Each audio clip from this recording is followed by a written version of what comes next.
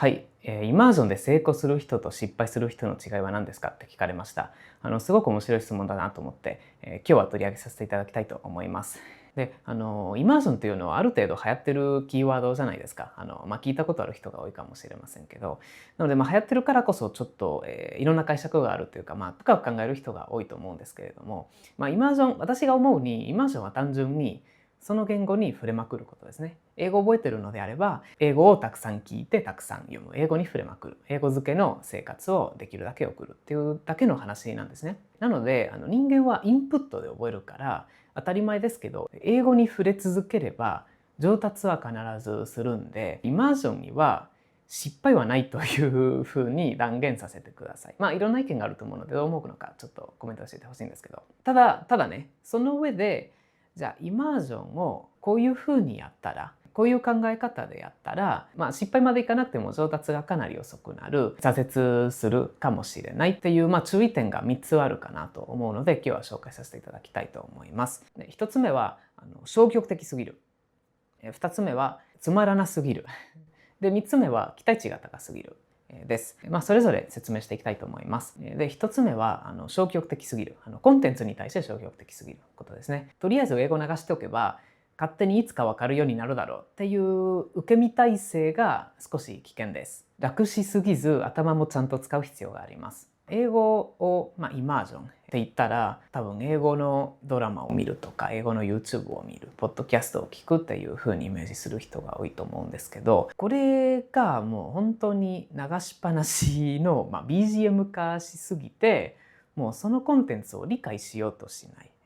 関わろうとしない、わからないところを調べようとしないっていう受け身の体制が大きすぎるとちょっと効果が遅いのかなと思います。イマージョンは大きく2つに分かれると思ってまして、アクティブイマージョンとパッシブイマージョンですね。アクティブイマージョンはちゃんと聞いて、理解しようとする、そのコンテンツに集中を向けている、イメージですね。でパッシブイマージョンは他のことをしながら、例えば皿洗いしながらとか別のことをしながらちょっと BGM で何かしら英語のポッドキャストを流してるっていうイメージですね。パッシブイマージョンがダメではないんですけど、そればっかやっていれば上達が遅いのかなと思います。ちゃんと関心を持ってそのコンテンツと積極的に関わる時間も別途設ける必要があります。これアクティブイマージョンなんですけれども、英語の映画を見ているのであれば、集中してちゃんと聞くのもそうなんですけど、この単語何回も出てくるなとか、このセリフ理解できた気がする、ちょっと字幕つけて確認しようとか、その程度の積極性でかなり変わります。そういう姿勢だけで自分の脳がその言語を吸収しようとするんですね。でそれをやった上で英語を BGM みたく流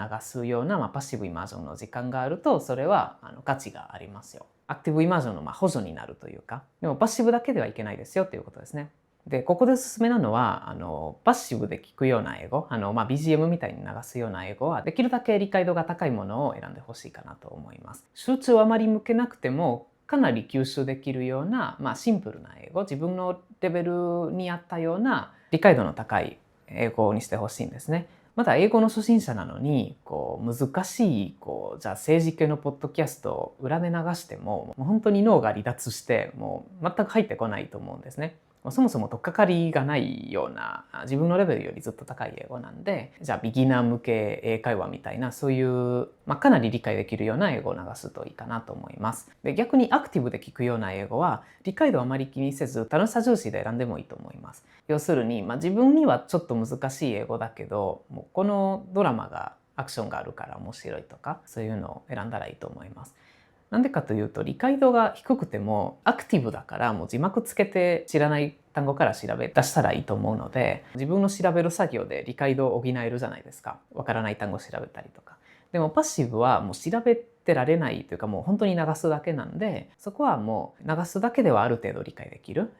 コンテンツにした方がいいのかなと思います。それが多分一番強い組み合わせだと思います。はい、2つ目はつまらなすぎるですね。ものって面白くなければ続かないじゃないですか。特にイマージョンっていうのは1週間だけやればいいってもんじゃなくて、もう何時間も何時間も多分何百時間単位でその言語で過ごさなければいけません。つまらなければその場で挫折するじゃないですか。なので今日も楽しくやれて、明日も楽しくやれる、明後日も楽しくやれるっていう仕組みを作らなければいけないんですね。なので英語で見るコンテンツは楽しいものでなければいけません。もう趣味のものを見る必要がありますね。なので、英語で見るコンテンツを選ぶ際に、理解度重視より楽しさ重視で選んだらいいと思います。なので、例えば、理解度 70% ぐらいのペパピックを何時間も見るのと、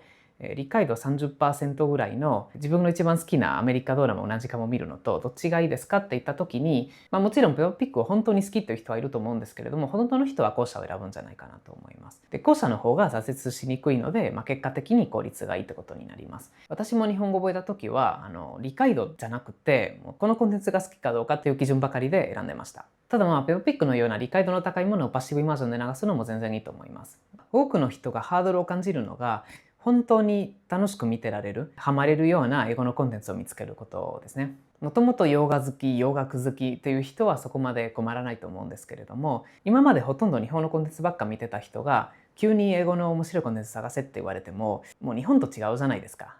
日本のアニメみたいなのがないですし、海外のドラマも日本のドラマと全然雰囲気が違うし、ジャンルも違ったりするんですね。ここは文化も伴うのでしょうがないところもあります。なので特に最初ってその文化圏に慣れないうちに、面白く違和感なく見てられるピンとくるようなコンテンツはなかなか見つからないと思います。なので実際に英語で過ごす時間より英語のちょうどいいコンテンツを探す時間の方が長くなりそうですっていうのがあると思うんですけれども、正直そのコンテンツ探しに時間をたくさん費やしてもいいからいろいろ漁ってみてください。必ず見つかりますし、向こうのコンテンツを見れば見るほどその文化、雰囲気に慣れていくので、もっと幅広く見れるようになっていくんで、時間をかけていいからいろいろ探してください。もちろん最初はじゃあ日本のアニメの英語を吹き替えたとか、ビジュアル要素が多いアクション系の、映画から始めるとか、そういうのでいいと思います。で最後3つ目、期待値が高すぎることですね。これがね、一番難しくて挫折する人が多いところかなと思います。先ほども言いましたけど、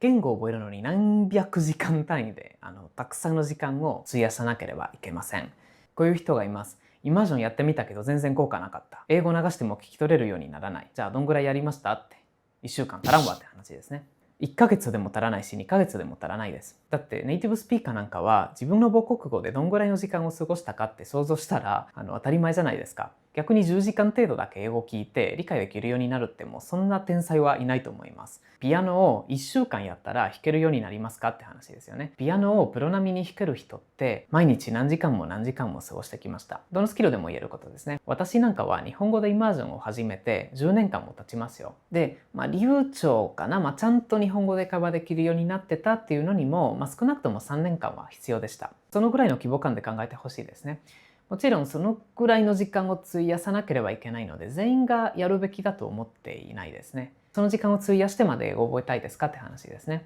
もちろん目指すレベルにもよりますよ。ただ理解してほしいのは、イマージョンってわざわざ長い道のりを選んでるわけじゃないんですね。もう言語学習はそのぐらい時間がかかりますよ。1ヶ月でできるような方法があれば、わざわざ何年間もかかる方法を選んでません。イマージョンは何年もかかるから、じゃあ代わりにこの1ヶ月でペラペラみたいなコースにお金を払おうっていううまい話はないです。なのでそんぐらいの時間を費やしたくないので、英語覚えるのをやめとくか、そこまで高いレベルを目指さず、もうちょっとのんびりやるかって割り切ったらいいと思いますよ。本当に全員が全員英語を覚える必要はないと思いますよ。ただたくさんの時間を費やしたくないけど、楽して英語を習得したいっていう中途半端って言ったらあれですけど、そういう曖昧な範囲な人はそういう1ヶ月でペラペラみたいな悪質なビジネスに落ちる可能性がありますので、時間もお金も無駄にしないためにもそのあたりは割り切ってほしいかなと思います。いや、わかりますよ。特に初期は英語をたくさん聞いてもなかなか理解できるようにならない。単語単語理解できるようになっていても全体をなかなか理解できるようにならない。結構辛いですよ、最初は。そのためにも楽しいコンテンツを見るとか、自分の成長を実感するためにわざと理解度の高いものも見る。そればっかり見たらいけないっていうのは先ほどの話ですけど、そういうのもたまに見ると成長を感じやすいというか、かなり理解できるよ私みたいな。なので続くのは大変なのは分かりますが、どのスキルもラーニングカーブがあるんで、そこはもう耐えるしかないかな。以上、この3つをやればイマージョンで失敗するかも挫折するかもという落とし穴を紹介させていただきました。皆さんどう思いますか？ぜひコメントで教えてください。いいねもチャンネル登録も忘れずによろしくお願いします。ありがとうございました。